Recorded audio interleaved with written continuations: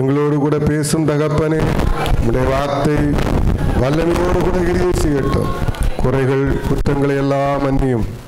பரிசுத்த ஆவியானவர் எங்களோடு பேசும். வசனத்தின் மூலமாக நாங்கள் ஆண்டவரை ஆசீர்வதிக்கப்பட வேண்டும். எங்கள் ஆவி ஆத்மா சரீரம் எல்லாம் இயேசுவின் நாமத்தில் எழும்பி பிரகாசிக்கும்படியாக கர்த்தர் கிருபை செய்யும். இயேசு கிறிஸ்துவின் நாமத்தில் ஜெபிக்கிறோம். ஆமென். எல்லாரும் உட்காருங்க. சங்கீதத்தின் புஸ்தகம் 119வது சங்கீதம் 25வது வசனம்.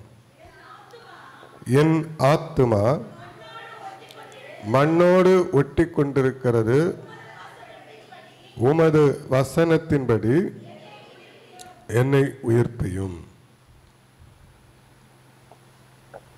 என் ஆத்துமா மண்ணோடு ஒட்டி கொண்டிருக்கிறது. தாவீது சொல்றாரு, அவர் தன்னுடைய வாழ்க்கையில் தன்னுடைய இயலாமையெல்லாம் பார்த்தீங்கன்னா தேவனிடத்தில் சொல்லிடுவார். என்னால் முடியல ஆண்டவரே, ஒரு காரியத்தில் இருந்து என்னால் விடுபட முடியல,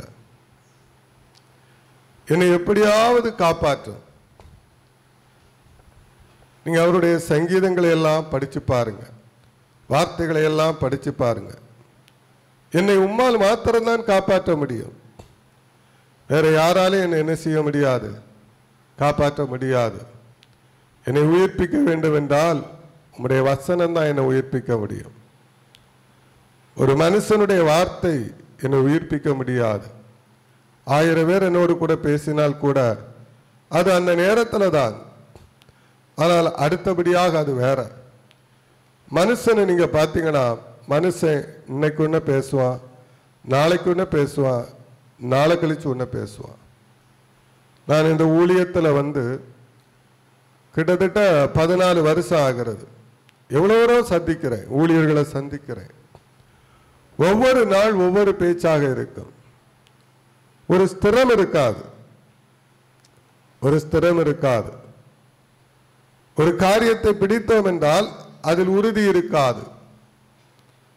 மனுஷன் அப்படிதான், உறுதி இல்லாத மனுஷன். தாவீதுக்கு தெரியும், மனுஷங்கிட்ட போய் நம்ம என்ன செய்ய முடியாது, நம்முடைய இயலாமையை நம்ம சொன்னோம்னா எந்த காரியமும் நடக்காது. அவர் சொல்றாரு, என் ஆத்மா மண்ணோடு ஒட்டி கொண்டிருக்கிறது. ஏன் ஆத்மா மண்ணோடு ஒட்டி கொண்டிருக்கிறது? மனுஷன தேவன் இந்த பூமியிலிருந்து மனுஷனாய் சிருஷ்டித்தது மண்ணை கொண்டுதான் சிருஷ்டிச்சார். நீங்களும் நானும் மண்ணான மனிதன். அல்லேலூயா. மண்ணை கொண்டு சிருஷ்டித்த இந்த மனுஷனுக்கு அதனால இன்னைக்கு பார்த்தீங்கன்னா மண்ணின் மேலதான் அதிகமான ஆசை. அப்படிதானே? இன்னைக்கு பாருங்க, மண்ணுக்கு மேலதான் அதிகமான ஆசை. ஒவ்வொரு மனுஷனுடைய வாழ்க்கையிலும் பார்த்தீங்கன்னா இன்னைக்கு மண்ணோடு நாம ஒட்டி கொண்டிருக்கிறோம். ஒரு பொருள் நம்ம வச்சிருக்கிறோம்னு வச்சுக்கிடுங்க, ஒரு சாப்பிட்ற பொருளை வச்சிருக்கிறோம், அது மண்ணில் விழுந்துட்டுனா ரெண்டாவது எடுத்து நம்மளால என்ன செய்ய முடியாது, சாப்பிட முடியாது. எல்லா பொருளையும் நீங்கள் மண்ணிலிருந்து எடுத்து சாப்பிடலாம்னா அது முடியாது. சில பொருட்களை கழுவி நீங்க என்ன செய்யலாம், சாப்பிடலாம். நம்முடைய ஆவிக்குரிய வாழ்க்கையையும் எல்லாவற்றையும் தேவன் கழுவிடுவாரு அப்படின்னு நினைச்சீங்கன்னா அதுவும் ஒரு தவறான உபதேசமாக போய்விடும். ஏனென்றால் யோவான் இவ்விதமாக சொல்றார் பாருங்க, கொலைக்கு ஏதுவான சில பாவங்களை குறித்து பைபிளில் சொல்லப்படுகிறது. அதை குறித்து நான் எதுவும் சொல்லலன்ட்டார், அது கர்த்தருடைய காரியம்ங்கிறார். நிறைய பைபிளில் பார்த்தீங்கன்னா சில மறைமுகமான காரியங்களை தேவன் வைத்திருக்கிறார். என்னை பொறுத்தவரைக்கும் கேட்டீங்கன்னா, முழுமையாக ஒரு மனிதன் தேவனுடைய ஆழங்களை புரிந்து கொள்ள முடியாது, யாராலையும் முடியாது. எந்த மனுஷனாலும் முடியாது, எந்த ஊழியக்காரர்களாலையும் முடியாது, ஏன் அப்போஸ்தலராலேயும் முடியாது. ஆளானப்பட்ட யோவான் ஸ்நானனாலேயும் முடியல, அவருடைய ஆழங்களை அறிய முடியல. அதனால்தான் அவர் சிறைச்சாலையிலிருந்து கேட்கிறாரு, வருகிறவர் இவர்தானா, இன்னொருவர் வருவது வரைக்கும் நான் காத்திருக்கணுமா? எப்படி இருக்கு பாத்தீங்களா? அவர்தான் அறிக்கை இடுகிறார். இதோ உலகத்தின் பாவங்களை சுமந்து தீர்க்கிற தேவ ஆட்டுக்குட்டி. பரிதாபத்தோடு பார்க்கிறார். என்ன பாடுபட போகிறார் என்று தெரியவில்லை. அவருக்கு நடக்கிற எல்லா கொடுமைகளும் யோவான் ஸ்நானனுக்கு தெரியும். தீர்க்க தரிசனம் சொல்றார், என்னை விட வல்லவர் என்று சொல்லுகிறார். உம்முடைய பாதரட்சி இருக்கிற அந்த வார்களை கலத்துறதுக்கு கூட நான் தகுதியற்றவன். சாட்சி கொடுக்கிறார். தேவனுடைய ஆழங்களை அறிய முடியாது. தேவனுடைய காரியங்களை ஒரு மனுஷன் அறிவதென்பது கடினமான காரியம்.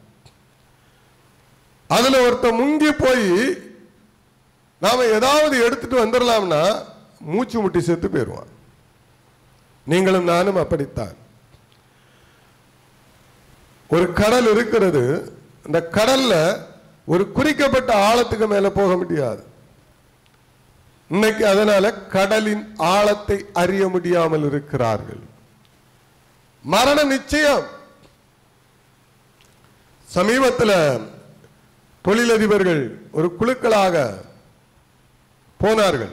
சில ஆழமான பகுதிக்கு போன அந்த சூழ்நிலையில நடந்தது என்ன தெரியுமா? மரணம் தான் நடந்தது. மூச்சு முட்டி செத்து போயிருவோம்.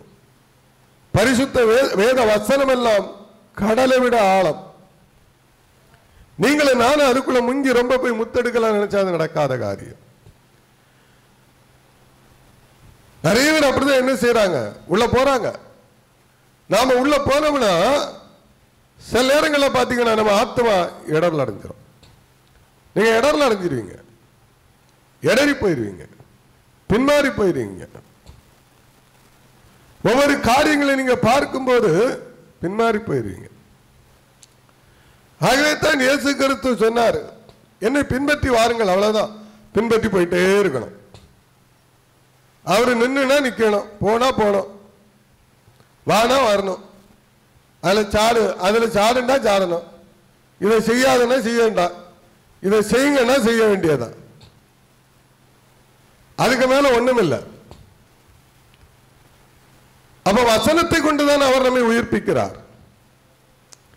நாம் இன்னைக்கு எந்த இடத்துல புதைஞ்சு கிடக்கிறோம் அப்படிங்கிறத குறித்து நாம வேத வசனத்தின் மூலமாக பார்க்கலாம். ரோமருக்கு எழுதின நிருபம்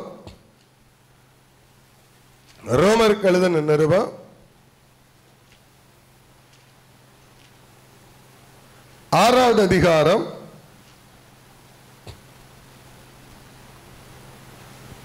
12வது வசனம். ஆகையால் நீங்கள் சரீர இச்சைகளின்படி பாவத்திற்கு கீழ்ப்படியத்தக்கதாக சாவுக்கேதுவான உங்கள் சரீரத்தில், நல்லா புரிஞ்சுடுங்க, பாவ ஆட்சி செய்யக்கூடாது. நம்மை ஆட்சி செய்ய வேண்டியது கர்த்தராகிய இயேசு கிறிஸ்து. நம்மை ஆட்சி செய்ய வேண்டியது பரிசுத்த ஆவியானவர். பாவம் நம்ம என்ன செய்யக்கூடாது? ஆட்சி செய்யக்கூடாதா? பாவம் நமக்குள்ளாக, எல்லா மனுஷனுக்குள்ளாகவும் பாவம் இருக்கும். இந்த உலகத்தில் பாவம் இல்லாத மனுஷன் யாராவது ஒருத்தர் உண்டான்னு கேட்டீங்கன்னா யாருமே கிடையாது. ஏதோ ஒரு விதத்தில் நாம பாவிகள் தான். ஏதாவது ஒரு விதத்தில் நாம பாவம் செய்து கொண்டிருப்போம். ஆனால் இந்த வசனத்தின்படி அந்த பாவத்துக்கு நீ அடிமை ஆகிறாத. அந்த பாவம் முழுக்க முழுக்க உன்னை ஆட்சி செய்யக்கூடாது. அந்த பாவத்திலிருந்து நீ என்ன செய்யணும்? வெளியேறணும். அந்த பாவம் என்கிற மண்ணு உன்னை என்ன செஞ்சிட்டு ஒட்டி இருக்கு. சிலரை ஒட்டி இருக்கு, சிலவங்களை பார்த்தீங்கன்னா அந்த மண்ணு மூடி போட்டு முழுக்க முழுக்க மூடப்பட்டுட்டாங்க. மூச்சு முட்டி மரணம். அப்ப இந்த மண்ணு, பாவம் என்கிற மண்ணு நம்மோடு கூட இன்னைக்கு என்ன செஞ்சுக்கிட்டு இருக்கு? ஒட்டி இருக்கிறது. இச்சை. ஆதாமு ஏவாளுக்கு வந்த ஒரு காரியம் பார்த்தீங்கன்னா இச்சை. அது பார்ப்பதற்கு இச்சிக்க தக்கதான ஒரு கனியாக இருந்தது. இந்த உலகத்துல பார்க்கிறது எல்லாமே நமக்கு எப்படி இருக்கும்? சந்தோஷம்தான். அதான் அப்போஸ்தலனாகிய பவுல் சொல்றாரு, இந்த உலகத்துல எல்லாவற்றையும் அனுபவிப்பதற்கு எனக்கு என்ன உண்டு? தகுதி எல்லாம் உண்டு. அதெல்லாம் ஒண்ணு தடை கிடையாது. ஆனா எல்லாமே எனக்கு தகுதியாகிறாது. எதை செய்யணுமோ அதைத்தான் செய்ய முடியும். இந்த பைபிள்ல இருக்கிற பிரமாணத்தின்படிதான் ஒரு கிறிஸ்தவனுடைய வாழ்க்கை அமைய வேண்டும். அல்லேலூயா. இப்ப நீங்களே நானும் நினைக்கலாம், அது முடியுமா முடியாதா அப்படின்னு கேட்டாச்சுன்னா, அது முடியும் முடியாது என்பது இரண்டாவது காரியம். ஆனால் எனக்கும் உங்களுக்கும் கொடுக்க ஒரு பிரமாணம் என்று ஒன்று இருக்கிறது, சட்டதிட்டம். ஒரு வேலை இருக்கிறது, ஒரு கவர்மெண்ட் வேலை இருக்குன்னா அதுக்கு ஒரு சட்டத்திட்டம் உண்டு. ஒரு போலீஸ் ஆபீசர் இருக்கிறார்னா அவர் போகும்போது இந்த ட்ரெஸ்ல தான் போகணும், இப்படிதான் இருக்கணும், அவங்க இதைத்தான் செய்யணும், ஒரு சட்டத்திட்டம் உண்டு. அவங்க மீறி நடக்க முடியாது, அதை மீறி அவங்க செய்ய முடியாது. அந்த அதிகாரத்தை மீறி செய்யும் போது, நல்ல சட்டமுள்ள நாட்டை பத்தி நான் பேசுறேன். நல்ல தெளிவான சட்டமுள்ள நாடுன்னா தூக்கி உள்ள வச்சிருவான், இல்லைன்னா தூக்கல போட்டு கொண்டு போடுவான். அல்லேலூயா, ஸ்தோத்திரம். அப்போ சட்டதிட்டம் என்று ஒண்ணு நமக்கு இருக்கிறது. அந்த வரைமுறைக்குள்ளதான் நீங்களும் நான் நடக்க முடியுமே தவிர நம்ம விருப்பத்துக்கு நடக்க முடியாது. உங்க விருப்பம் போல ஓட முடியாது. பார்ப்பதற்கு எல்லாமே இந்த உலகத்தில் எப்படி இருக்கும்? நல்லா தான் இருக்கும். ஆனா எல்லாமே நல்லதான்னு கேட்டீங்கன்னா இல்லை. மனுஷன் இன்னைக்கு பாத்தீங்கன்னா ஏதோ ஒரு காரியத்தை நினைச்சு ஓடிக்கிட்டு இருக்கிறோம். இன்னைக்கு இயேசுவை நாம மறந்துட்டோம் தெரியுமா? இயேசுவை நினைப்பதற்கு ஒரு காலத்தை வச்சிருக்கிறோம். அதுக்குதான் என்ன ஃப்ரைடே வச்சிருக்கிறோம்? இந்த மாதிரி குட் ஃப்ரைடே, ஈஸ்டர் பண்டிகை, அப்படிதானே? இது இன்னொரு விதத்தில் முட்டை பண்டிகைன்னு சொல்லுவாங்க. இந்த ஈஸ்டர் பண்டிகைக்கு இன்னொரு பேர் என்னது? முட்டை பண்டிகை. இதெல்லாம் நம்ம ஏன் வச்சிருக்கிறோம்னா, அந்த நாட்களில் மாத்திரம் இயேசுவை நினைப்பதற்கும், அந்த நாட்களில் மாத்திரம் இயேசுவை தியானிப்பதற்கும், அந்த நாட்கள்ல மாத்திரம் மீன் சாப்பிட மாட்டேன், அந்த நாட்கள்ல மாத்திரம் இறைச்சி சாப்பிட மாட்டேன், அன்னைக்கு மாத்திரம் நான் உபவாசம் இருப்பேன், அன்னைக்கு மாத்திரம் நான் சிலுவையை சுமப்பேன். இதெல்லாம் நமக்கு அயோக்கியத்தனம். பைபிள் சொல்லுகிறது, வேதம் சொல்லுகிறது, ஒவ்வொரு நாளும் அவருடைய சிலுவையை நானும் நீங்களும் தியானிக்க வேண்டும். அவருடைய கல்வாரி மரணம் பாடுகளை ஒவ்வொரு நாளும் நினைக்க வேண்டும். எப்போதெல்லாம் உங்களுக்கு சமயம் கிடைக்கிறது அப்போதெல்லாம் முழங்கால நீங்க, ஆண்டவரே இயேசப்பா, எனக்காக நீர்பட்ட பாடுகள், எனக்காக எந்த பாவமும் செய்யாத நீர் பாவியாகி எனக்காக மரித்தீர். அதுதான் சத்தியம், அதுதான் சத்தியம். ஆனா நாம இன்னைக்கு பாருங்க, இதெல்லாம் விட்டுக்கிட்டு எங்கெல்லாமோ போயிட்டு இருக்கிறோம். கிறிஸ்தவம், ஏசப்பா சொன்னாங்க, அது ஒரு இடுக்கமான வாசல். இன்னைக்கு கள்ளர்களும் கொள்ளைக்காரர்களும் பொல்லாத துஷ்ட சல ஊழியர்கள் நிறைய பரிசுத்தவான்கள் இடுக்கமான வாசல்களை பேசிக் கொண்டிருக்கிறாங்க. இன்னும் சிலர் விசாலமான பாதையை போட்டு கொடுக்கிறாங்க. நீ எப்படி வேண்டும் என்றாலும் போகலாம், தேவனுடைய ராஜ்யத்தை நீ அடைய முடியும். உன் ஆத்மா மண்ணோடு மண்ணா ஒட்டினால் கூட பரவாயில்லை, நீ கர்த்தரோடு நடக்க முடியும், நீ தேவனோடு பேச முடியும். உன் சத்தத்தை கர்த்தர் கேட்பார், உன் ஜெபத்தை கேட்பார். பைபிள் சொல்லுகிறது, துன்மார்க்கனுடைய ஜெபம் கர்த்தருக்கு எப்படி இருக்கிறதாம்? அருவருப்பாய் இருக்கிறது. இன்னைக்கு பாத்தீங்கன்னா பைபிளை மிஞ்சி பைபிள் எழுத ஆரம்பிச்சுட்டாங்க, இயேசு மிஞ்சி போக ஆரம்பிச்சுட்டோம். இன்னைக்கு ஏசப்பாவே வந்தாலும் அவரை உட்கார வச்சு பிரசங்கம் பண்ணுவான். அந்த லெவலுக்கு தாண்டி போயாச்சு.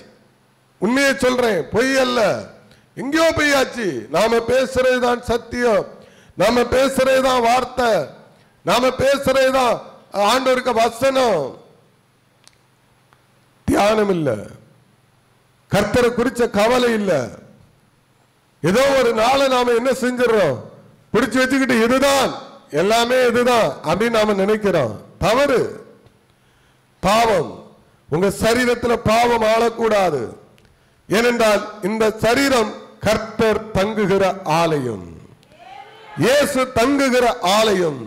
ஒருவன் அந்த சரீரத்தை கெடுக்க கூடாது. மனுஷனுடைய வாழ்க்கையில் இன்னைக்கு என்னென்ன பாவம் எல்லாம் இருக்குன்னு உங்களுக்கு தெரியும். எல்லா பாவத்தையும் சொல்ல முடியாது. இன்னைக்கு பாருங்க, இன்னைக்கு நேற்று 3-4 நாட்களாக ஒரு இடத்துல பாத்தீங்கன்னா பயங்கரமான கூட்டம். இன்னைக்கு நீங்க கூட்டத்தை பார்க்கக்கூடிய ஒரு இடம் எதுன்னு கேட்டீங்கன்னா தமிழ்நாட்டில் டாஸ்மார்க். எவ்வளவு வேதனையா இருக்கு தெரியுமா? ரோட்ல போக முடியல, ரோட்ல போக முடியல. குடிக்காத ஒரு நல்லவனால ரோட்ல இன்னைக்கு பைக்கில் போக முடியல, கார்ல போக முடியல. ஒரு பாதுகாப்பு கிடையாது. குடிச்சுக்கிட்டு என்ன செய்யறான்? நேரம் கொண்டு விட்டுறான். கஞ்சாவை போட்டுக்கிட்டு நேரம் கொண்டு விட்டுறான். எத்தனை குடும்பத்தை அழிச்சுக்கிட்டு இருக்கிறான் தெரியுமா? நாம அது சாதாரண கடந்து போறோம். இவர்களால எந்த காரியமும் செய்ய முடியல. பாருங்க, நம்ம பகுதியில பாருங்க, திருவிழா போல கூட்டம். அந்த பகுதியில ரோட்ல பைக்ல போக முடியாது, டப்புன்னு உள்ள வந்துடுறான். எங்க இருந்து வார எங்க இருந்து போறான்னு தெரியாது. இன்னைக்கு நம்ம நாட்டை ஆளுகிறவர்கள் வரும்போது இந்த டாஸ்மார்க் திறந்திருக்குமா? இவங்க பிரச்சாரத்துக்கு வராங்கன்னா எப்படி இருக்கும்? அந்த பக்கம் 10 போலீஸ், இந்த பக்கம் எல்லாம் ரோடெல்லாம் கிளியர் பண்ணிடுவாங்க. போங்க ஐயா, நீங்களும் எங்களை மாதிரி பைக் எடுத்துட்டு போய் பாருங்க, உங்களுக்கு தெரியும். உன் குடும்பத்தில் உன் பிள்ளை குட்டிகள் எல்லாம் அனுப்பி பாரு, தெரியும். அப்போ உனக்கு புத்தி வரும். உங்களுக்கு என்ன, எவன் செத்தா என்ன, எவன் தாலி அறுத்தா நமக்கு என்ன, எவன் குடும்பம் செத்து போனா நமக்கு என்ன? நம்ம சந்ததிக்கு பணம் பணம் பணம், பணத்துலதான் உங்களெல்லாம் அடக்கம் பண்ணணும். என்ன பணம் இன்னும் காணாதா? உங்ககிட்ட இருக்கிற கள்ளப்பணங்கள் எல்லாம் இன்னைக்கு தமிழ்நாட்டு ஜனங்களுக்கு கொடுத்தாச்சுன்னா போதும், பாத்தீங்கன்னா பாலும் தேனும் ஓடும். அல்லேலூயா. அவ்வளவு காசு அடிச்சு வச்சிருக்கிறாங்க ஒவ்வொருத்தரும். எவ்வளவு வேதனை தெரியுமா? குடி. இன்னைக்கு பண்டிகை, பண்டிகை என்றால் குடி. நேற்று இரவுல இருந்து ஆரம்பிச்சிருப்பாங்க. முந்தா நாள் சாதாரணமா இருக்கிறவங்க, கிறிஸ்தவர்களை தான் சொல்றேன், மற்றவர்களை விட்டுருவோம். குட் ஃப்ரைடே, ஏசப்பா மரித்த சோகத்தில் குடிக்கிறதுக்கு ஒரு கூட்டம். இன்னைக்கு இயேசு உயிர்த்தெழுத நினைச்சு சந்தோஷத்தில் குடிக்கிறது ஒரு கூட்டம். இதெல்லாம் உனக்கு எப்படி தெரியும்? நான் பார்த்திருக்கிறேன். நான் இந்த ஊருக்குள்ளதான் பிறந்து வளர்ந்தவன். பண்டிகைகளும் காரியங்களும் எல்லாமே நமக்கு குடியும் வெறியும் பாவமும் இன்னும் என்னென்னலாம் உண்டு, இதைத்தான் நம்ம செஞ்சுக்கிட்டு இருக்கிறோம். எத்தனை குடும்பம் அழிஞ்சுக்கிட்டு இருக்கு தெரியுமா குடியினால? எத்தனை எத்தனை பிள்ளைகள் அநாத ஆக்கப்பட்டுக்கிட்டு இருக்கிறாங்க தெரியுமா குடியினால? நேற்று கூட கேள்விப்பட்டேன், குடிச்சு குடிச்சு ஒருத்தனுக்கு குடலே அருந்துட்டான். சின்ன வயசு, 31 வயசு. எவ்வளவு எவ்வளவு கொடிய காரியம் பாருங்க. டாஸ்மார்க்க திறந்துதான் வைப்பான். நீ குடிக்காத, நீ குடிக்காத, நீ குடிக்காம இருந்தாலே அவன் பூட்டிடுவான். எத்தனை பிரான்ச் தொடங்கினாலும் கூட்டம் கூட்டம் கூட்டமாக கூடுறான். போறான், குடிக்கிறான், வேலைக்கு போறது கிடையாது, ஒண்ணும் கிடையாது. குடிக்கிறான், பீடி குடிக்கிறான், கஞ்சா போடுறான், அடுத்தவன் தாலியை போய் அறுக்கிறான், இந்த குடி போதையில களவு பண்றான், என்னென்ன காரியம் உண்ட எல்லாம் செய்ய ஆரம்பிச்சிட்டாங்க. பாவம். எத்தனை குடும்பத்தை இன்னைக்கு தாலி அறுத்துக்கிட்டு இருக்கு தெரியுமா? குடி என்கிற பாவம். தன்னுடைய குடும்பத்துக்கே சூனியம். குடிக்கிற வீட்டில் உங்களுக்கு எல்லாம் பில்லி சூனியம் யாராவது வச்சாங்க நீங்க நினைக்காதுங்க. பில்லி சூனியம் நமக்கு நாமே வச்சுக்கிட்டு இருக்கிறோம், நமக்கு நாமே தரித்திரம். பாவம், நிறைய பாவம் என்று சொல்லலாம். எத்தனையோ பாவங்கள் நமக்குள்ளாக இருக்கிறது. அவன் மந்திரவாதம் பண்ணிட்டான், இவன் பில்லி சூனியம் பண்ணிட்டான், என் வீடு அழிஞ்சு போச்சு, அழியவே இல்லை, ஒன்ன நீயே அழிச்சுக்கிட்டு இருக்கிறா. அடுத்தவனை குறை சொல்லாதுங்க, அடுத்தவனை குற்றப்படுத்தாதுங்க. இவன் இப்படி ஆகிறதுக்கு காரணம் என்ன? அது ஏதோ செய்துட்டாங்களா, மந்திரவாதம் பண்ணிட்டாங்களா, அதனாலதான் இப்படி ஆயிட்டானா? எனக்கு 1000 மந்திரவாதம் பண்றான், டெய்லி பண்றான். இந்த நாள் கூட பாத்தீங்கன்னா அவ்வளவு மாந்திரிகம் நடந்தது எனக்கு விரோதமாக. நான் பார்த்தேன். நான் எப்படிங்கிறத நான் சொல்ல விரும்பல. எல்லாம் பாத்தீங்கன்னா அந்த தேவர்கள்னு சொல்லுவாங்க, அப்படிப்பட்ட அசுத்த ஆவிகளை அனுப்பி விடுறாங்க. அந்த ஆவிகளை ரொம்ப கொடூரமான ஆவி. இந்த வசனம் தான் உயிர்ப்பிக்கும். அல்லேலூயா. இயேசு கிறிஸ்துவுடைய உபதேசங்களை எடுத்து வாசி பாருங்க. நான் சொல்றது சில விஷயங்கள் பொய்யா இருக்கலாம், நான் தப்பாக பிரசங்கம் பண்ணலாம், நீங்க அப்போஸ்தலருடைய நடவடிக்கைகளை எடுத்து வாசிச்சு பாருங்க, நிருபங்களை எடுத்து வாசிச்சு பாருங்க. நமக்கு எதை கர்த்தர் கற்றுக் கொடுக்கிறார், நாம எப்படி வாழணும்னு கற்றுக் கொடுக்கிறார். பழைய ஏற்பாட்டு பிரமாணத்துக்குள்ள ரொம்ப நுழையாதுங்க. பழைய ஏற்பாட்டுக்குள்ள போய் நீங்க சில காரியங்கள் எல்லாம் பாத்தீங்கன்னா விழுந்து போயிருவீங்க. அதனால பழைய ஏற்பாட்டு காரியங்களை பேசலாம், அது ஆவிக்குரிய பிரகாரமாக மாத்திரம் தான் பேச முடியும். அதை எழுத்தா பார்க்காதுங்க, அது பரிசுத்த ஆவியினால பார்த்தாதான் அந்த விஷயங்கள் புரியும், இல்லைன்னா புரியாது. ஒவ்வொரு காரியத்திலும் ஒவ்வொரு விஷயங்களை கர்த்தர் வைத்திருக்கிறார். பாவம், இன்னைக்கு உங்க பாவம் என்கிற மண்ணு நமக்குள்ள இன்னைக்கு ஒட்டி இருக்குன்னா ஏசப்பாவுடைய ரத்தத்தினால கழுவி இருங்க. வேண்டாம் அந்த பாவம். ஒரு தடவை தாங்க வாழ்றது. மனுஷனா வாழணும், மனுஷியா வாழணும். இன்னாருடைய மகன் இன்னாருடைய மகள் என்று சொல்லணும். கேவலமா வாழ்றது அருவருப்பா இல்ல? ஒரு நிமிஷம் யோசிச்சு பாருங்க. பிறந்தோம், ஏதோ வளர்ந்தோம், செத்தோம், அப்படி இல்லை. ஒரே ஒரு முறைதான் நம்முடைய வாழ்க்கை. அந்த ஒரு வாழ்க்கையில நீங்க ஆண்டவருக்காக வாழ்ந்த என்ன குறைஞ்சு போயிருவீங்க? என்ன நம்ம குறைஞ்சு போயிருவோம் சொல்லுங்க? நம்ம குறைஞ்சு போக மாட்டோம். ஒரே ஒரு வாழ்க்கை தான். படார்னு ஒரு மரணம் வந்துட்டு எல்லாம் முடிச்சு போச்சு. என்ன சொல்லுவான் தெரியுமா? இவெல்லாம் செத்து தொலைக்க வேண்டியதான். இவன் உயிரோடு இருந்து என்ன பிரயோஜனம்? இவனால இவன் குடும்பத்துக்கு என்ன பிரயோஜனம்? இந்த ஊருக்கு என்ன பிரயோஜனம்? யாருக்கு என்ன பிரயோஜனம்? அநியாயக்காரன். இவன் தன்னையும் கெடுத்து தன் குடும்பத்தையும் கெடுத்து தன்னை சுற்றி இருக்கிறவர்களுக்கும் என்னென்ன அவமானம் உண்டோ இதெல்லாம் இவன் செஞ்சுக்கிட்டு இருந்தான். நல்லவன் செத்தா அப்படி சொல்ல மாட்டான். பாவம். இந்த மனுஷனுக்கு இந்த மனுஷிக்கு இந்த மரணம் வந்திருக்க கூடாது.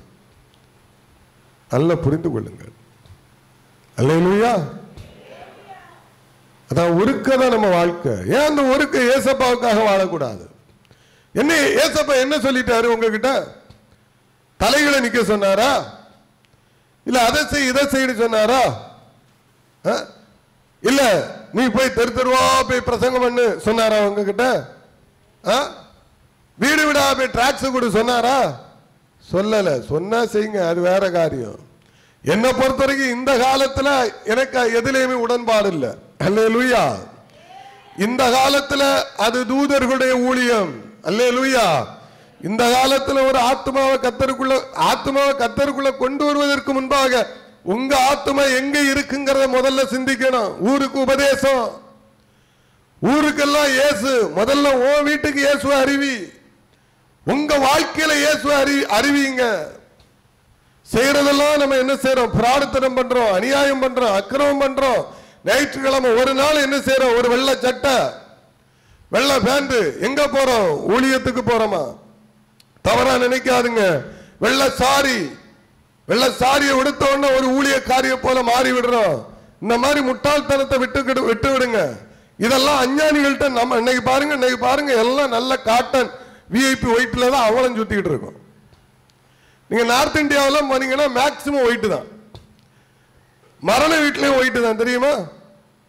ஒரு குரூப் இருக்கிறாங்க, மரண வீட்டுல அவங்க ஒயிட் தான் போடுவாங்க. அப்போ நம்ம என்ன நினைக்கிறோம்? இதுதான் எல்லாம், இதெல்லாம் செய்யண்டா. உங்க ஆத்மா மண்ணோடு இருக்குன்னா முதல்ல அதை கழுவுறதுக்கு என்ன வழி? வசனத்தை தார ஆண்டவரே. என் ஆத்மா மண்ணோடு இருக்கிறது, ஆனா ஜெபம் பண்றேன், உபவாசம் பண்றேன், ஆனா அநியாயத்தை செய்வேன், துரோகம் செய்வேன், என் குடும்பத்தையும் கெடுப்பேன், பொய் பேசுவேன், பித்தலாட்டம் பண்ணுவேன், எல்லாம் செய்வேன். ஆனால் நான் ஜெபிப்பேன். ஞாயிற்றுக்கிழமை ஆகின உடனே என்ன செய்வேன்? பலிபீடத்தில் ஏறி நின்று ஆமா பிரசங்கமும் பண்ணுவேன். ஊருக்குத்தான் உபதேசம். பைபிள்ல உள்ள எல்லா கட்டளைகளையும் எல்லா பிரமாணங்களையும் மனுஷன் ஏற்று நடக்க முடியுமான்னு கேட்டா சொல்ல போனா அது முடியாத காரியம். அல்லேலூயா. அது சாதாரணமாக முடியாது. ஒரு கிருபை வேணும் அதற்கு. அந்த கிருபையை கர்த்தர்கிட்ட கேட்கணும். தாவீது சொல்றாரு, அவருடைய இயலாமையை சொல்றாரு, என் ஆத்மா மண்ணோடு ஒட்டி கொண்டிருக்கிறது, என்னை எப்படியாகிலும் காப்பாற்றும் தகப்பனே. வசனங்களை எடுத்து வாசிக்கணும். அநியாயத்தை செய்துகிட்டு அங்க பைபிள் அவன் அநியாயம் செஞ்சாம்ல, இவன் அநியாயம் செஞ்சாம்ல, அப்படி பார்க்க கூடாது. நான் தான் சொல்றேன்ல, இன்னைக்கு அநியாயம் செய்கிற அநேகர் நல்லா இருக்கிறது நானே பார்க்கிறேன். ஊழியத்துல கூட சத்தியத்துல நம்ம எல்லாம் இன்னைக்கு பாத்தீங்கன்னா நான் முடிஞ்ச அளவுக்கு சத்தியத்துல நடக்கிறேன். அல்லேலூயா. 100க்கு 100 நான் அப்படி சொல்ல மாட்டேன், ஆனா முடிஞ்ச அளவுக்கு போராடுறேன். ஆனா நான் பார்க்கும்போது நான் அந்த அளவுக்கு எனக்கு சர்ச்சில் பாத்தீங்கன்னா சத்தியத்திலையும் உண்மையிலையும் நீதியிலையும் என் காணிக்கை காரியத்திலையும் எல்லா விஷயத்திலையும் நான் 100க்கு 100 இல்லாட்டாலும் ஓரளவாவது மனசாட்சியின்படி கர்த்தருக்கு பயந்து நான் ஊழியம் செஞ்சுக்கிட்டு இருக்கிறேன். அல்லேலூயா. நான் கேட்கல இதனால எனக்கு என்ன லாபம், என்ன அடிச்சு புரண்டு மக்கள் எல்லாம் வந்துட்டா, இல்ல இருந்தவனும் ஓடி போயிட்டான், இருந்தவங்களும் ஓடி போயிட்டாங்க, வந்தவங்களையும் நிறைய காணல, ஏன் வர்றா ஏன் போறோம் ஒண்ணுமே தெரிய மாட்டேங்குது. ஆனா ஒண்ணு மாத்திரம் நான் சொல்றேன், உங்களுக்கு ஏற்றபடி ஒரு ஊழியக்காரனா என்ன மாத்திரலாம்னா சொப்பனத்திலே நடக்காது. அல்லேலூயா. கனவுல கூட நினைக்காதுங்க, யோசிக்கவே செய்யாதுங்க. நான் இயேசு கிறிஸ்துவை பின்பற்றுவதற்கு என்னென்ன வழி உண்டோ இதைத்தான் நான் அதிகமா தேடிக்கிட்டு இருக்கிறேன். நல்லா புரிஞ்சுக்கிடுங்க. நான் அப்போஸ்தலர்களை பின்பற்றுவதற்கு தேடிக்கிட்டு இருக்கிறேன். உங்க வழியை நான் தேடல, இன்னொரு மனுஷனுடைய வழியை தேடல, இன்னொரு ஊழியக்காரனை நான் ஃபாலோ பண்ண விரும்புறேன். எல்லா ஊழியர்களிடத்தில் இருக்கிற நல்ல காரியங்களை நான் எடுக்க விரும்புகிறேன். நம்முடைய பரிசுத்தவான்கள் முன்னோர்கள் நிறைய நல்ல ஊழியர்கள் இருக்கிறாங்க, அவருடைய நல்ல காரியங்களை நாம செய்ய வேண்டியதும் அதை ஏற்றுக்கொள்ள வேண்டியதும் கட்டாயம்தான். அதை மாத்திரம் வைத்துக்கொண்டு அதுக்கு பின்னாடியே போயிட்டோம்னா நம்ம விழுந்து போயிடுவோம். பைபிள் வேத சத்தியம், சத்தியத்தின்படி நீங்க நடக்கும்போது, உண்மையின்படி நடக்கும்போது உபத்திரவமும் உண்டு. பிசாசு மண்ணள்ளி வீசுவான், சாத்தா உங்க மேல புழுதி அள்ளி வீசுவான். புழுதியும் மண்ணும் என்றால் அவதூறு. இந்த மண்ணு வேற, இந்த மண்ணு ஒட்டாது. அல்லேலூயா. சாத்தா வீசுவான். கர்த்தருக்கு விரோதமா நீங்க பாவம் செய்யும் போது வர்ற மண்ணு தான் ஒட்டுது, ஆனா பிசாசு தூக்கி எறிகிற மண்ணு உங்க மேல ஒட்டாது.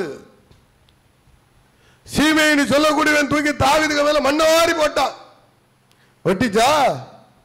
ஒட்டல, அந்த மண்ணு ஒட்டல. என்ன தாவீது சொல்றாரு, என் ஆத்மா மண்ணோடு ஒட்டி விட்டது. அறிக்கை பண்றாரு, வசனத்தை ஏற்றுக்கொள்றாரு. தீர்க்கதரிசி பாவம் செய்யும் போது போய் சொல்லும் போது மனம் திரும்புறாரு. இன்னைக்கு நாம என்ன செய்யறோம், பாவம் செய்தாச்சுன்னா அதுக்கு வசனங்களை எடுத்து வச்சு தப்பிக்கிறதுக்கு என்ன வழி, லாபுக்கு மாதிரி. புரியுதா உங்களுக்கு? பைபிளை பயன்படுத்த ஆரம்பிச்சாச்சு. எப்படி போகுது பாருங்க. நான் ஒண்ணு சொல்லட்டுமா, இது சொன்னா வருத்தமா தான் இருக்கும். இன்னைக்கு கிறிஸ்தவத்தில் நடக்கிற எல்லா பாவத்துக்கும் அநியாயத்துக்கும் பங்காளி யாருன்னு கேட்டீங்கன்னா இன்னைக்கு இருக்கிற பாஸ்டர்ஸ் தான். எல்லா பாஸ்டரும் கிடையாது. இன்னைக்கு சத்தியத்துக்காக, வசனத்துக்காக, ஆத்மாவுக்காக உண்மையாக போராடுறவங்களும் இருக்கிறாங்க, அவங்க இந்த லிஸ்ட்ல வரவே கிடையாது. இன்னொரு பக்கம் பாத்தீங்கன்னா இன்னைக்கு இந்த கிறிஸ்தவத்தில் இருக்கிற சகல அநியாயத்துக்கும் சகல கேவலமான காரியத்துக்கும் என்ன போல போதகர்கள் தான், விசுவாசிகள் கிடையாது. ஆனாலும் விசுவாசிகளும் குறை உள்ளவர்கள் தான். ஏன் இவர்கள் அப்படிப்பட்ட இடத்துக்கு போறாங்க? அன்னைக்கு ஒரு வீடியோ, ஒருத்தர்கிட்ட ஒரு அம்மா பறையை சொல்றாங்க, என் மகள் டாக்டர் ஆயிருக்கிறாங்க, 31 வயசு, ஒரு ஊழியக்காரனுக்கு அடிமையா இருக்கிறா. ஐயா எப்படியாகிலும் காப்பாத்துங்க. எப்ப பார்த்தாலும் அங்க போய் என்ன செய்யறா, அபிஷேகம் பரிசுத்தாவின்னு சொல்லி அங்க விழுந்து கிடந்து சிரிப்பு என்ன, ஆட்டம் என்ன, பாட்டம் என்ன, டான்ஸ் என்ன. நான் ஒரு வீடியோ பார்த்தேன். அந்த வீடியோல பாத்தீங்கன்னா பொம்பளை பிள்ளைங்க எல்லாம் பாத்தீங்கன்னா குடிகாரி மாதிரி ஆடிக்கிட்டு இருக்கிறாங்க. குடிகாரி மாதிரி சிரிச்சு வெறித்து. உண்மையிலேயே சொல்ல போனால்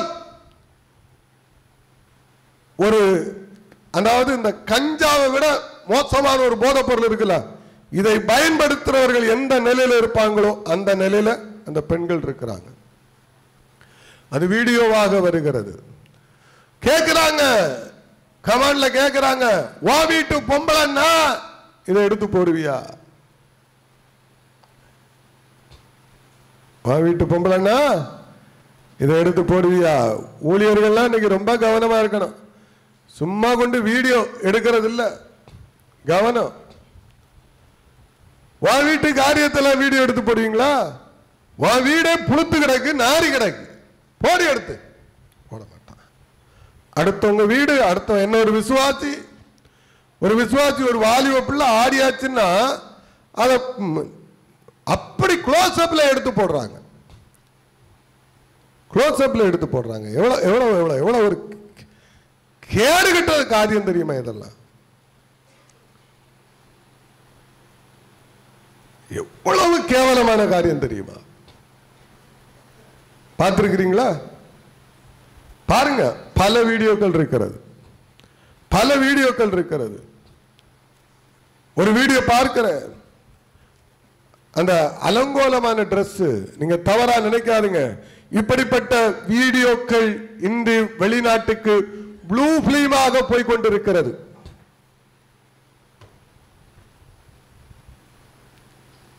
ஆச்சரியமா இருக்கா?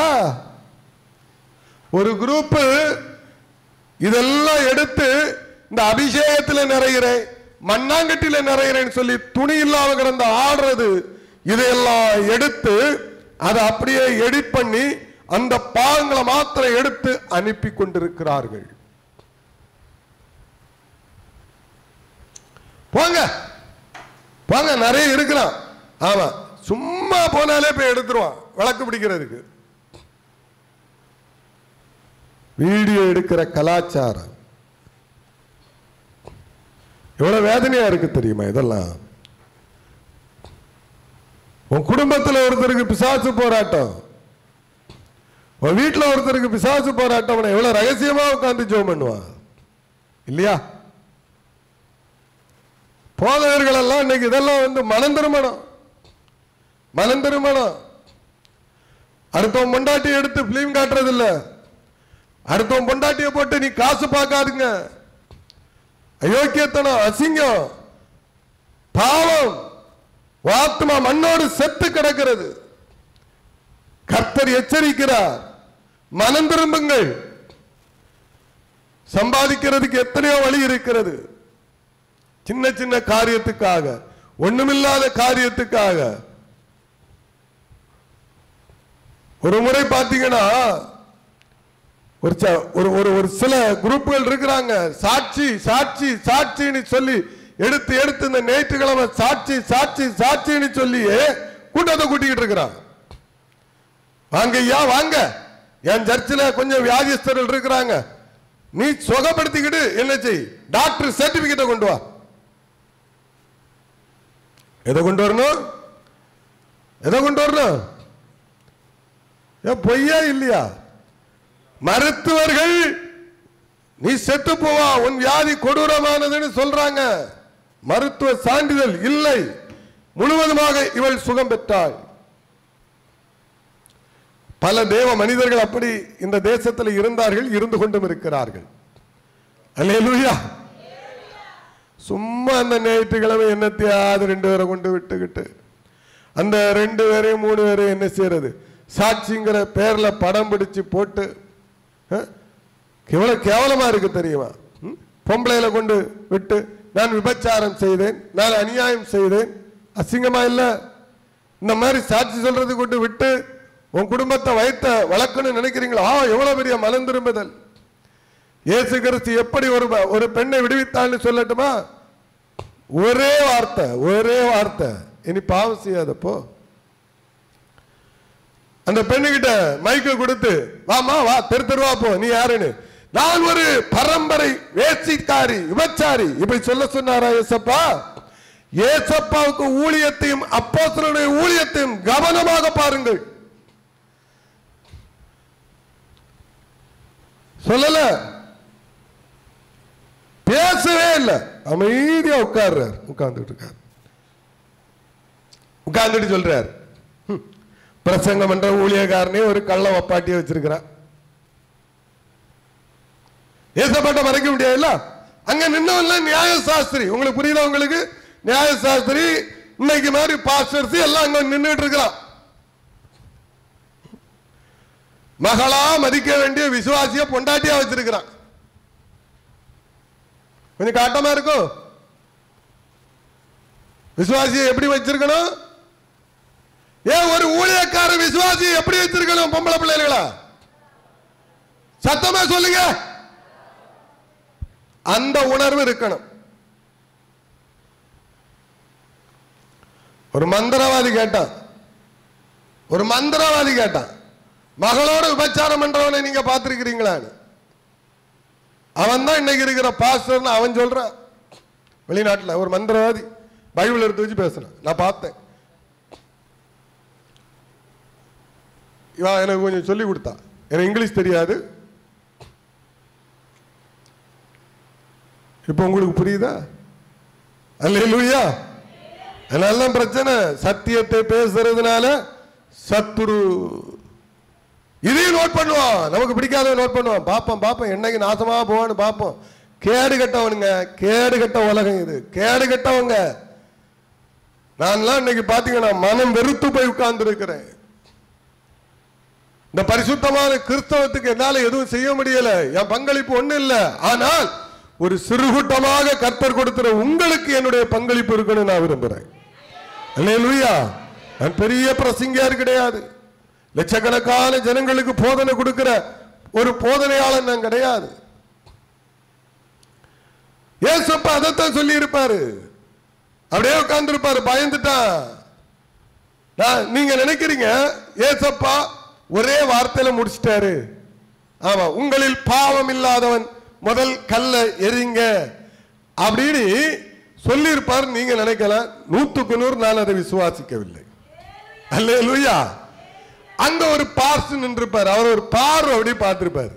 ஏன்னா இயேசுவை பத்தி எல்லாருக்கும் தெரியும். ஐயோ நம்ம தண்டவாளம் வந்துடும் சொன்ன திரும்பி ஒரே ஓட்டம் அந்த ஆள் ஓடி இருப்பார்.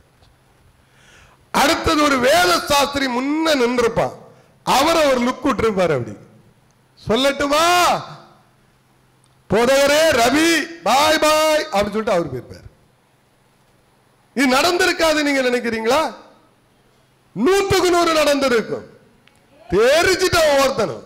ஏன்னா இருதயத்தின் நினைவுகளை அறிகிற தேவன் அவர். அல்லேலூயா. நான் உண்மையா, அதாவது பைபிள்ல இதெல்லாம் எழுதல, 100க்கு 100 அங்க நடந்திருக்கும் அதெல்லாம். ஏன்னா பல இடத்துல இயேசு கேவலப்படுத்தி விட்டார் ஒவ்வொருத்தரையும். ஒவ்வொருத்தருடைய நினைவுகளை அறிஞ்சு சொல்றாரு. ஒரு மனுஷனுடைய எண்ணங்கள் எல்லாமே அவருக்கு தெரியும். பயந்து எல்லாம் ஓடுறான். ஓடின நீ ரட்சிக்கப்பட்டுட்டா, நீ என்னை ஏற்றுக்கொண்டதற்காக ஸ்தோத்திரம். நீ இனிமேல் நீ தெருவா போய் நீ செய்த பாவங்களை சொல்லி நீ எனக்கு சாட்சியாயிரு. இயேசு கிறிஸ்து எந்த மனுஷனையும் கேவலப்படுத்த மாட்டார். பிசாசு தான் கேவலப்படுத்தும். ஏசப்பா ஒரு மனுஷனை அவமானப்படுத்த மாட்டாங்க. நீங்க அவமானப்படுறீங்களா?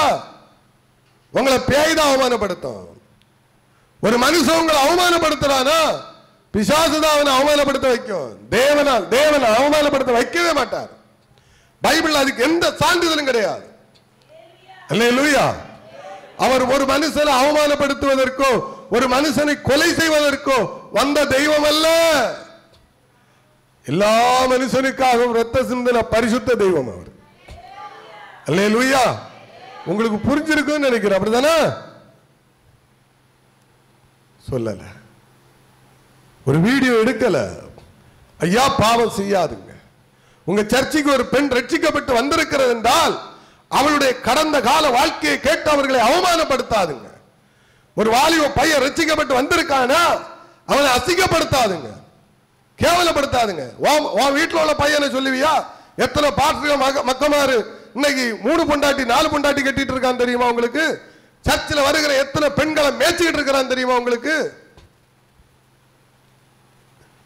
நமக்கு அடுத்தது ஆணோ பெண்ணோ ஒன்றும் தெரியல.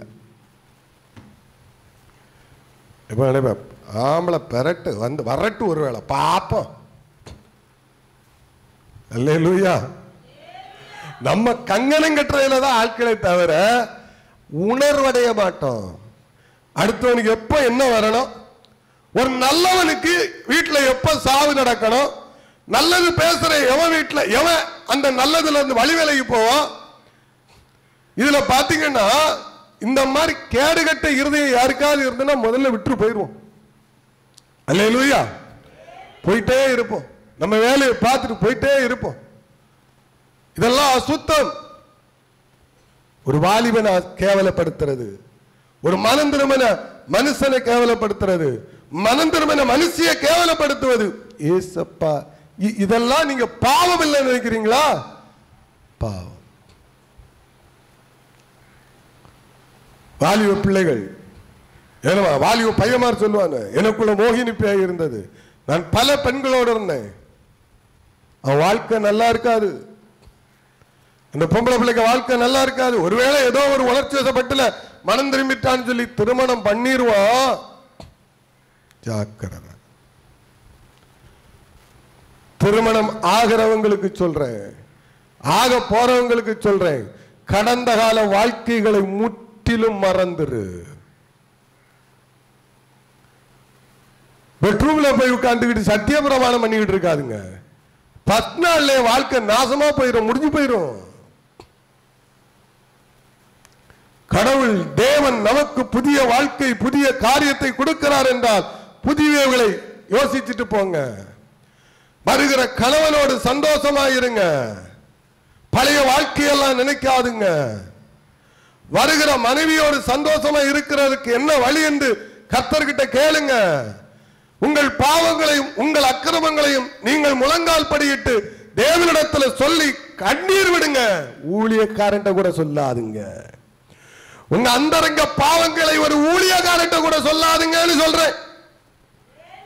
அல்லேலூயா. கர்த்தர்கிட்ட சொல்லுங்க, ஏசப்பாட்ட சொல்லுங்க. அவர் உங்கள் பாவங்களை எல்லாம் மன்னிக்க இரக்கமுள்ளவராயிருக்கிறார். வாலிபத்தில் வருகிற தவறுகள், வாலிபத்தில் நம்மிடத்தில் இருக்கிற எல்லா இடர்களும், வயசானாலும் சரி முதியவர்களாக இருந்தாலும் சரி, எல்லாமே இன்னைக்கு பாத்தீங்கன்னா டோட்டல் இடரல். போக முடியல, வெளியில போக முடியல. இந்த பக்கம் பார்த்தாச்சுன்னாலும் ஆபாசம், அந்த பக்கம் பார்த்தாலும் ஆபாசம். கண்ணை கட்டிட்டு நீ குந்தி தேவி மாதிரி நடக்க முடியுமா? மகாபாரதத்தில் பார்த்திருப்பீங்களா? ஒரு பாத்திரம் கண்ணை கட்டிக்கிட்டு நடக்க முடியுமா? கண்ணை கட்டிட்டு கார் ஓட்ட முடியுமா?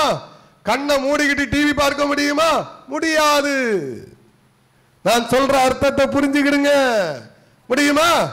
முடியாது. கண்ணை கட்டிக்கிட்டு ரோட்ல ஓட முடியுமா? ஓட முடியாது. கண்ணை கட்டிக்கிட்டு வாழ முடியுமா? வாழ முடியாது.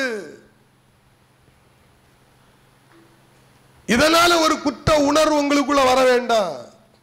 சிலவங்க பாத்தீங்கன்னா உச்சகட்ட பரிசுத்தவானா இருப்பான், பார்த்திருக்கீங்களா? டிவி அப்படியே பார்த்துக்கிட்டு இருப்பாங்க. தப்பளி பார்த்தாச்சுன்னா அங்க வரும் வைக்கிங் பனியன் ஜட்டின்னு சொல்லிக்கிட்டு, உடனே இவர் கண்ணை மூடிடுவாராம். நீங்க நினைச்சிடுங்க அவன் கள்ள பையன் நினைச்சுக்கிடுங்க, அவன் வெறும் கள்ளின்னு நினைச்சுக்கிடுங்க.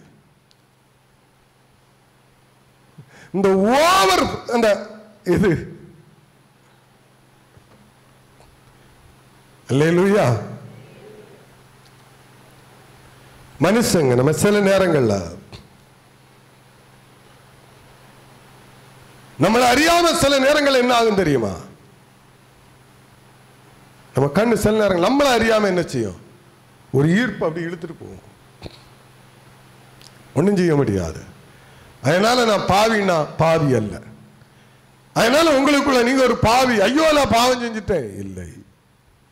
நீங்க எங்க தொட்டாலும் எங்க போனாலும் இன்னைக்கு இதுதான் பழைய காலத்துல எல்லாம் சொல்லுவாங்க, நான் அடிக்கடி சொல்லுவேன் ஊழியக்காரர்கள், நாங்கள் அப்படி வாழ்ந்தோம் ஐயா, இன்னைக்கு பிறந்து வாழ்ந்தா உங்க நிலைமை தெரிஞ்சிருக்கும், டங்குவார் கிழிஞ்சிருக்கும். புரியுதா உங்களுக்கு? பழைய விசுவாசிகள் சொல்லுவாங்க, நாங்க எப்படியெல்லாம் இருந்தோம் தெரியுமா, இப்ப வந்திருக்கணும் தெரிஞ்சிருக்கும். பேசலாம், வாய் இருக்குன்னு என்னதும் பேசலாம். ஏசப்பா சொன்ன கடைசி காலத்தை குறித்து ஏசப்பா சொல்றாரு, அன்னைக்கு ஒரு மனுஷன் நில நிக்கிறது கர்த்தருடைய கிருபை.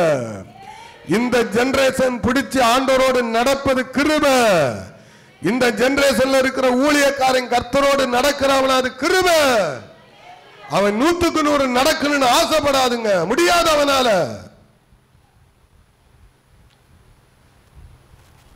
ஆசிங்க ஒரு வசனம், 1 பேதுரு 1வது அதிகாரம் பக்கம் 317 317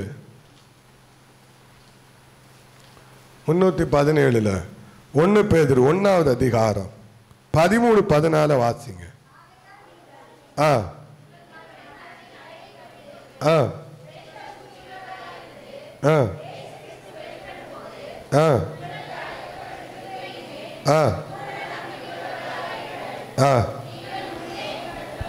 நீங்கள் முன்னே உங்கள் அறியாமையினாலே கொண்டிருந்த இச்சைகளின்படி இனி நடவாமல் கீழ்ப்படுகிற பிள்ளைகளாயிருந்து. எப்படிப்பட்ட பிள்ளையா இருக்கணும்? நீங்களும் நான் எப்படி இருக்கணும்? பழைய இச்சையின்படி அல்ல, அந்த இச்சைகளை எல்லாம் சிலுவையில் என்ன செய்யணும்? அடித்துக்கொண்டு நீங்களும் நானும் இனி எப்படி இருக்கணும்னா, பழைய வாழ்க்கையில் அல்ல, பழைய அனுபவத்தில் அல்ல, பழைய சோபத்தில் அல்ல, பழைய ஜென்ம சோபத்தில் அல்ல. நம்ம ஜென்ம சோபம், ஜென்ம மனுஷன் சாகணும். ஜென்ம சரீரம் எப்படி விதைக்கப்படுகிறதோ, ஜென்ம சோபம் நம்முடைய பரம்பரையாக வருகிற அந்த ஜீன், அந்த அணுக்கள், அந்த அணுக்கள் சாகணுங்க, உள்ளுக்குள்ள இருந்து சாகணும். அது செத்துட்டுனா நம்ம ஆசீர்வதிக்கப்பட்டுருவோம். புரியுதா உங்களுக்கு? உங்க பரம்பரை எங்கேயோ இருந்து, உங்க தாத்தன் பூட்டன் எங்கேயோ இருக்கிற சில பொல்லாத குணாதிசயங்கள், சில பொல்லாத துஷ்டத்தனங்கள், சில பொல்லாத காரியங்கள் உங்கள் சரீரத்தோடு கூட வரும். அழிச்சிடணும். அழிச்சிங்கன்னா நிறைய காரியங்களை தப்பித்துக் கொள்ளலாம். அது பாவத்தில் இருந்து மாத்திரம் அல்ல, வியாதியிலும் இருந்து தப்பித்துக் கொள்ளலாம். அல்லேலூயா. உங்களுக்கு புரியுதா? பரம்பரையா வருகிற வியாதியிலும் இருந்து தப்பித்துக் கொள்ளலாம். பரம்பரையா இருந்து வருகிற சில பொல்லாத காரியங்களில் இருந்து தப்பித்துக் கொள்ளலாம். நினைக்கிறது மாதிரி கிடையாது. அப்போ நம்முடைய சுவாபங்கள் என்ன செய்யணும்? பழைய சுவாபங்கள் இயேசு கிறிஸ்துவின் சிலுவையில் அடிக்கப்பட்டு அது புதிய சுவாபத்துக்குள்ள கொண்டு வரணும். நம்ம பழைய சுவாபத்துக்குள்ள இருக்கக்கூடாது.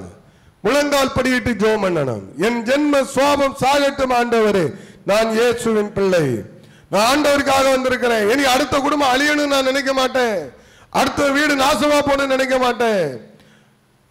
புரியுதா உங்களுக்கு? நம்ம தேசம் அழிஞ்சு போகணும்னு நினைக்க மாட்டேன். சரி, என்ன பேசிட்டான், என்ன தூசிட்டான், நல்லா இருந்துட்டு போட்டு எத்தனை வருஷம் வாழ்வான்? ஒரு 2000 வருஷம் வாழ்ந்துருவானா? இல்ல, எல்லாரும் மண்ணுக்கு தான் போறோம். மண்ணுல இருந்து வந்த மனுஷன் எங்க போறா? மண்ணுக்கு தான் போறா. இல்ல ஒரு 3000 வருஷம் வாழ்ந்துருவானா? இல்ல ஒரு 80 வருஷம் 90 வருஷம் இனி வாழ்ந்துருவாங்களா? இனி உள்ள காலத்துல யோசிக்க வேண்டிய விஷயம். எல்லா மனுஷனும் எப்பா நீ ஒரு நாள் போய் சேரதான் போறா. கொஞ்சம் ஆற்றதெல்லாம் குறையணும். ஒரு வீட்டுல ஒரு காரியம் வந்துட்டுனா சந்தோஷப்படுறது, மகிழ்ச்சி அடைவான். அந்த வீட்டுல பாரு அதான் நாசமா போயிட்டான், அந்த வீட்டுல பாரு என்ன பேசுனா, இப்போ ஒண்ணு இல்லாம போயிட்டான், சந்தோஷப்படாதுங்க. அதை எடுத்துக்கொள்ளாதீர்கள். உன் சத்துரு துன்பப்படும் போது அதை பார்த்து மகிழ்ச்சி அடையாது. அல்லேலூயா. அதை பார்த்து ரொம்ப சந்தோஷப்படாதுங்க. சோத்திரம். நிறைய பேர் அப்படி நினைப்பாங்க. எனக்கெல்லாம் பார்த்தீங்கன்னா வர வர வர நான்லாம் இப்போ ஒரு ஆரம்ப காலம் ஒரு ஸ்டேஜ் வரும்போது நான் ஒரு ஜெபம் பண்ண பாருங்க. சமீபத்தில் என்னுடைய ஒரு ஜெபம், கோபத்தில் கூட ஆண்டவரே ஜென்ம சுவாபம் நமக்கு ஒன்று உண்டு. அப்படிதானே? பிராணத்துல நான் ஒரு மனுஷனு நீ எல்லாம் வழங்க மாட்டா இவெல்லாம் வழங்க மாட்டான்னு சொன்னா இயேசுவின் நாமத்தில் அது பலிக்கவே கூடாது. நான் பைபிளை வச்சு சொல்றேன், நான் போய் பேசல. இப்படி ஒரு ஜபம் உங்களுக்கு மனுஷன், நம்ம என்னதான் இருந்தாலும் மனுஷன் தான். புரிஞ்சா உங்களுக்கு? திடீர்னு நம்ம என்ன எப்படி ஆயிரும், ஒரு ஒரு ஒரு ஆவேசம், ஒரு உச்சகட்ட தாங்க முடியாம வரும்போது என்ன செஞ்சிருவோம், இவெல்லாம் விளங்கவே மாட்டானோ அப்படின்றோம். அப்படிதானே? ஆமா, இது பலிக்க கூடாது. இது என் மாம்சம்.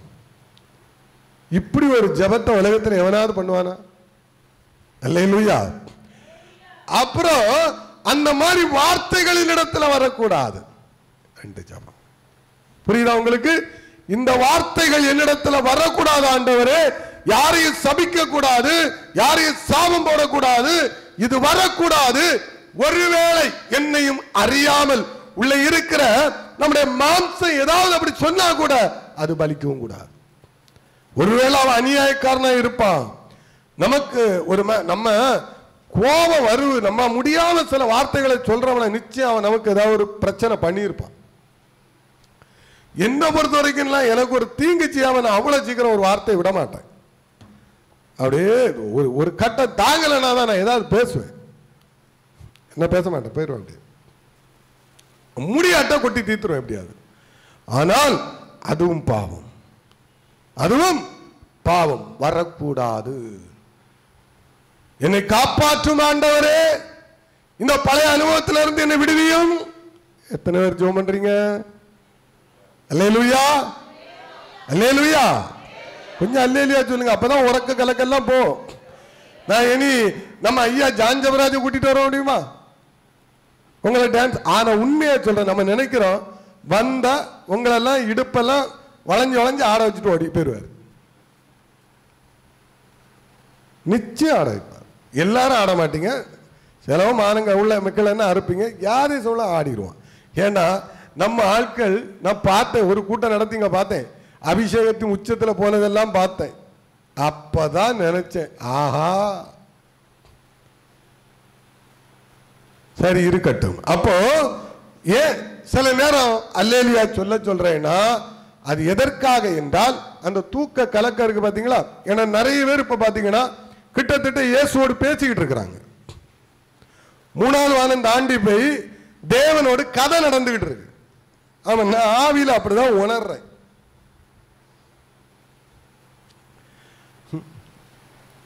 எனக்கு நீ தூக்கம் வரேன்னா ஒரே வழி, நான் 3 மணி 4 மணிக்கும் தூங்க மாட்டேன். இன்னைக்கு அப்படிதான். ஆமா, எனக்கு கூட்டம் நடத்தின எனக்கு தூக்கம் வரும். அவ்வளவு பவர் உங்ககிட்ட இருக்கிற அபிஷேகம். ஏன் கண்ணை கட்டு. அல்லேலூயா. சரி, மொத்தத்துல நான் என்ன நினைக்கிறேன்னா, இது குறைக்காக இல்லை, ஒரு தமாசுக்காக சொன்ன வார்த்தைகள். பரிசுத்த ஆவியினுடைய அனுபவம் நமக்கு சரியா இல்லை, அவ்வளவுதான். அல்லேலூயா. புரியுதா உங்களுக்கு? முன்னாடி இதெல்லாம் கோபப்படுவேன், நான் ஞாபகம் இருக்கா, டென்ஷன் ஆகும், பேசுவேன். இப்ப நான் பேச மாட்டேன். ஏனென்றால் அதுவும் ஒரு பலவீனம். அப்படிப்பட்டவர்களை பார்த்து பரியாசம் பண்றதும் பலவீனம். அல்லேலூயா. ஏன்னா நம்ம இப்படி இருக்கிறோமேனு சந்தோஷப்படுவோம். சுகர் பேஷண்ட், பிரஷர் பேஷண்ட், வியாதி உள்ளவங்க சிலவங்களால என்ன செய்ய முடியாது, பிடிச்சு இருக்க முடியாது, கஷ்டம் உண்டு. அதனால அவங்கள பார்த்து ரொம்ப நம்ம சந்தோஷப்பட்டோன்னு வச்சுருக்கலாம், நமக்கு இதெல்லாம் வரும். அவங்களால என்ன செய்வாங்க, இப்படி வரங்கினாங்க, நம்ம கழுத்தெல்லாம் உறிஞ்சி கோலை வடிச்சு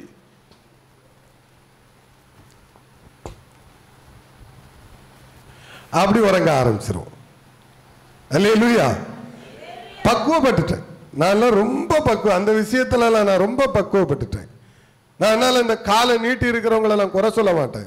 ஏன் தெரியுமா, எனக்கும் பிரச்சனை உண்டு. நான் அதனால்தான் எந்த கூட்டத்துக்கு எங்கேயும் போக மாட்டேன். உன்னை கேட்பாங்க, இந்த வயசுல உனக்கு என்ன பிரச்சனை? எப்பா நீ 80 வயசுல கல்லு துண்டு மாதிரி இருக்கா, கர்த்தர் உனக்கு கொடுத்த அபிஷேகம். நான் என்ன செய்யறதுக்கு இந்த வயசுல இப்படி இருக்கேன், எனக்கு கொடுத்த கிருபை. புரியுதா உங்களுக்கு? எல்லாரும் எல்லாருக்கும் அப்படி இருக்கும் நம்ம நினைக்க முடியாது. அதனால்தான் நான் உங்ககிட்ட சொல்லுவேன், ஃப்ரீயா இருங்க, கொஞ்சம் காலை நீட்டி விடுங்க. ஆனால் ஸ்தோத்திரம், கர்த்தருக்கு உண்மையா இருங்க. அல்லேலூயா. அவர் நம்முடைய தகப்பன். நம்முடைய தகப்பனுடைய நாம மடியில உட்கார்ந்து இருக்கிறோம், இப்போ அவருடைய பாதத்தின் அருகில உட்கார்ந்து இருக்கிறோம்.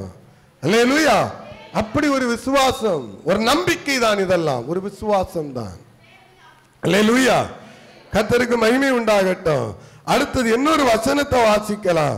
1 கொரிந்தியரின் புஸ்தகம் பக்கம் 231வது பக்கம். 1 கொரிந்தியர்ல 6வது அதிகாரமா இருக்கும். 6வது அதிகாரம் 18வது வசனமா இருக்கும். வேசித்தனத்திற்கு விலகியோடுங்கள், மனுஷன் செய்கிற என்ன பாவமும் சரீரத்திற்கு புறம்பாயிருக்கும். வேசித்தனம் செய்கிறவனோ விரோதமா என்ன செய்கிறான்? பாவம் செய்கிறான். வேசித்தனம் பண்றவன், தன் கணவனுக்கு துரோகம் செய்கிற மனைவி யாரு? தன்னுடைய தேவனுக்கு அவங்க என்ன செய்றாங்க? துரோகம் பண்றா. தன் மனைவிக்கு துரோகம் பண்ற கணவன் வேசித்தனம் பண்றான். 2 வேசித்தனம். இன்னொரு வேசித்தனம் இருக்கிறது. ஒருவேளை நீங்களும் நானும் இப்படிப்பட்ட வேசித்தனத்தில் இருக்க மாட்டோம். ஆனா பாத்தீங்கன்னா ஆவிக்குரிய ஒரு வேசித்தனம் ஒண்ணு உண்டு. என்ன வேசித்தனம்? ஆவிக்குரிய வேசித்தனம். ஆவிக்குரிய வேசித்தனம் என்ன தெரியுமா? சத்தியத்தையும் வேதத்தையும் வசனத்தையும் இயேசுவையும் அறிந்து கொண்டு மாறான புறம்பான சத்தியத்தில் வழி நடத்துவதும் நடப்பதும். அல்லேலூயா. வேசித்தனம் மார்க்கம் என்று சொல்லுவார்கள். பழைய ஏற்பாட்டு காலத்துல அநேக இடங்கள்ல ஆண்டவர் சொல்றாரு, என் ஜனங்கள் வேசி மார்க்கத்தை பின்பற்றுகிறார்கள். இன்னைக்கு அநேகர் சரி, இன்னைக்கு நாம பண்டிகை கொண்டாடுறோம்ல, இது என்ன மார்க்கத்தை நாம பின்பற்றுறோம்? நீ 1000 ஓட்ட சாக்கு சொல்லுங்கப்பா, கொஞ்சம் சத்தமா சொல்லுங்க. எங்க எந்த மார்க்கத்தை நீங்க பின்பற்றீங்கன்னு சொல்றேன் சொல்லுங்க. 1000 ஓட்ட சாக்கு சொல்லலாம். பைபிள்ல இப்படி உடனே பரட்டி எங்கெல்லாம் இருக்கு? தாவீது பொண்ணு பிடிச்ச கதை, சிம்சோன் தெளிலாள்கிட்ட போய் உட்கார்ந்த கதை, வேற என்னெல்லாம் இருக்கு? குடிச்ச கதை, கும்மாளம் போட்ட கதை, இதெல்லாம் இருந்து தொலைச்சி எடுக்கிறதுக்கு விட என்ன பொறுத்த வரைக்கும் ஒரு குணம் உண்டு. முடியாட்டா முடியாது, அவ்வளவுதான். இந்த சர்ச்சை இன்னைக்கு நீ 100க்கு 100 அப்போஸ்தலர்கள் மாதிரி நடத்துதியான்னு கேட்டா முடியாது, நடத்தலை. அல்லேலூயா. முடியாதுங்க. ஏன்னா அப்படிப்பட்ட ஒரு அதிகாரம் எனக்கு கிடைக்கவும் இல்லை. எனக்கு கிடைச்ச அதிகாரத்தில் நான் நடத்துறேன். உங்களுக்கு ஒரு போலீஸ்காரருக்கு ஒரு அதிகாரம் உண்டு, புரியுதா உங்களுக்கு? ஒரு ஏட்டையாவுக்கு ஒரு அதிகாரம் உண்டு, ஒரு எஸ்ஏ, ஒரு டிஎஸ்பி, ஒரு டிஜிபி, எல்லாத்துக்கும் ஒரு அதிகாரம் உண்டு. அந்த அதிகாரத்தை மிஞ்ச முடியாது. அப்ப எனக்கு கிடைக்கப்பட்ட ஒரு அதிகாரத்தில் தான் இந்த சபையை நடத்த முடியும். அப்போஸ்தலருக்கு கிடைக்கப்பட்ட அதிகாரம் எனக்கு ஒன்றும் கிடைக்கல. சும்மா வேணா டுபாக்கூர் விடலாம், நான் அப்போஸ்தலரை போல அதிகாரம் பெற்றேன், ஒன்னும் பெறல. பெற்றாச்சுன்னா அது அப்படித்தான் இருக்கும். சபை சபையா இருக்கும், ஊழியம் ஊழியமா இருக்கும். அல்லேலூயா. அப்போஸ்தலருடைய அழைப்பையும் அதிகாரையும் பெற்றா பணத்துக்கு பின்னாடி ஓட மாட்டான், சொகுசு வாழ்க்கைக்கு ஓட மாட்டான், பொண்டாட்டி பிள்ளைகளுக்கு 5 தலைமுறைக்கு சம்பாதிச்சு வைக்கணும்னு என்ன வராது. நமக்கு அந்த அதிகாரம் இல்லை.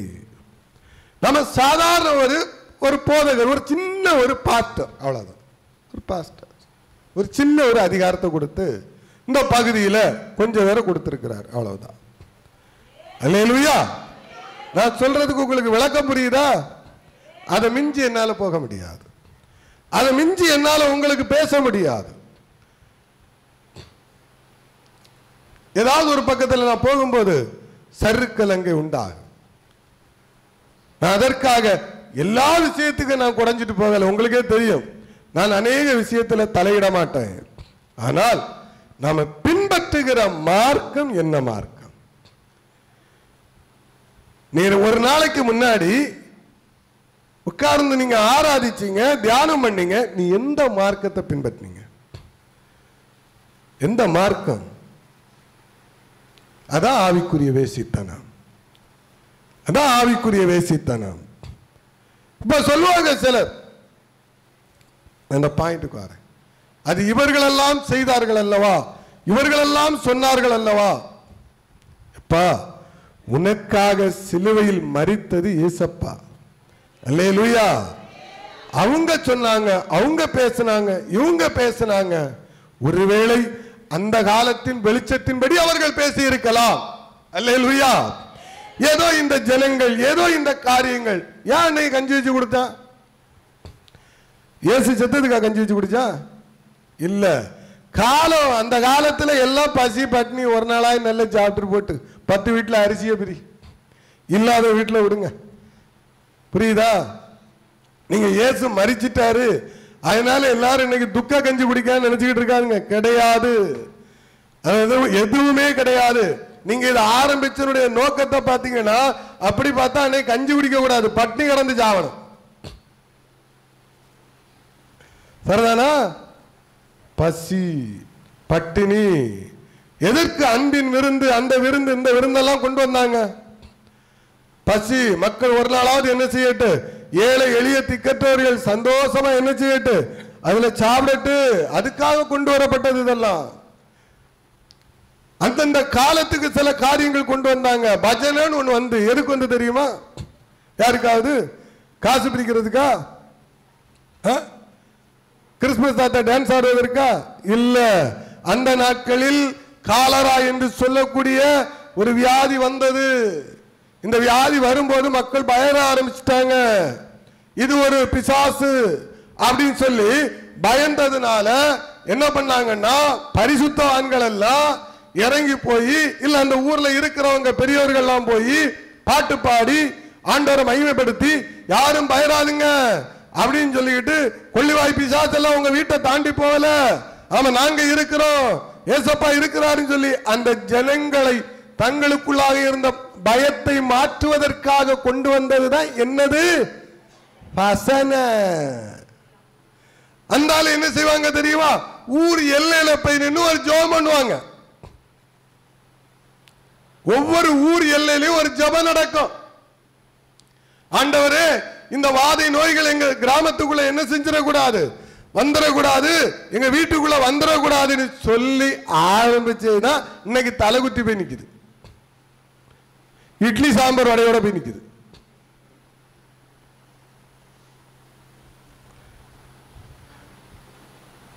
நோக்கம் நல்லதுதான். அதான் சொல்றோம்ல, எந்த காலத்துல, இது ஒரு காலத்துல ஏதோ ஒரு காரியத்துக்காக,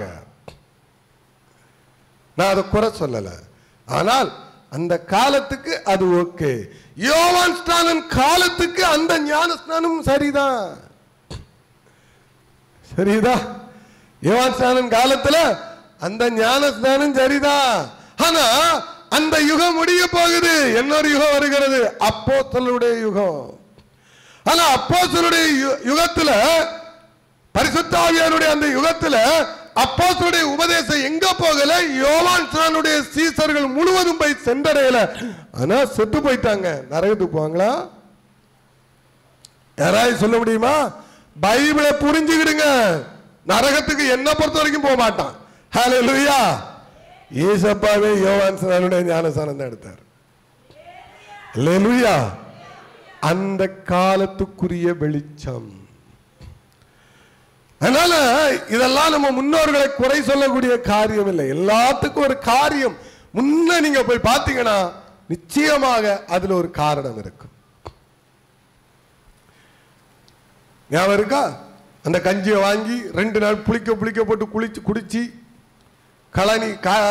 கழனி கொண்டு தட்டின எல்லாம் ஞாபகம் இருக்கா? அல்லேலூயா. பசி, ராத்திரி சாப்பிட ஒண்ணு இருக்காது, வாளி வாளியா வாங்கி கொண்டு வச்சிருப்பாங்க. அடுத்த நாள் சாப்பிடுறதுக்கு சாப்பாடு இருக்காது, அந்த கஞ்சியை குடிப்பாங்க.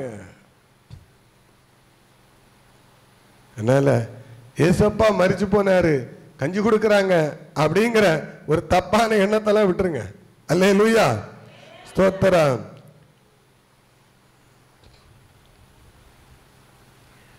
இந்த கடைசி நாட்களில் வேசி மார்க்கத்துக்குள்ள போயிடாதுங்க. உங்க சரீரம் ஜீவனுள்ள தேவனுடைய பரிசுத்த சத்தியத்தையும் வார்த்தையும் கேட்டு ஆண்டவர் இருக்கிற இந்த சரீரத்தில் உங்கள் உபதேசத்தில் நீங்க பெற்றுக்கொண்ட சத்தியத்தில் கலப்படம் வந்துடக்கூடாது. அல்லேலூயா. நான் உங்களுக்கு பாத்தீங்கன்னா நல்ல ஞான பாலை தான் கொடுக்கிறேன். நிறைய சொல்றாங்க இது பெனியாஸ்கருடைய உபதேசம். கிடையாது, இது இயேசு கிறிஸ்துவுடைய உபதேசம். அல்லேலூயா. இது அப்போஸ்தலருடைய உபதேசம், தனி மனுஷனுடைய உபதேசம். என்ன நான் கடந்து கத்துறதுனால என்ன செய்யறான் இவன் கொண்டு இல்லைங்க, எதுவுமே எல்லாமே பைபிள்ல உள்ளதுதான். எனக்கு என்ன பைத்தியமா இல்ல என்ன இதெல்லாம் என்ன ஒன்ன விட நான் ஊர்ன வந்தாயா?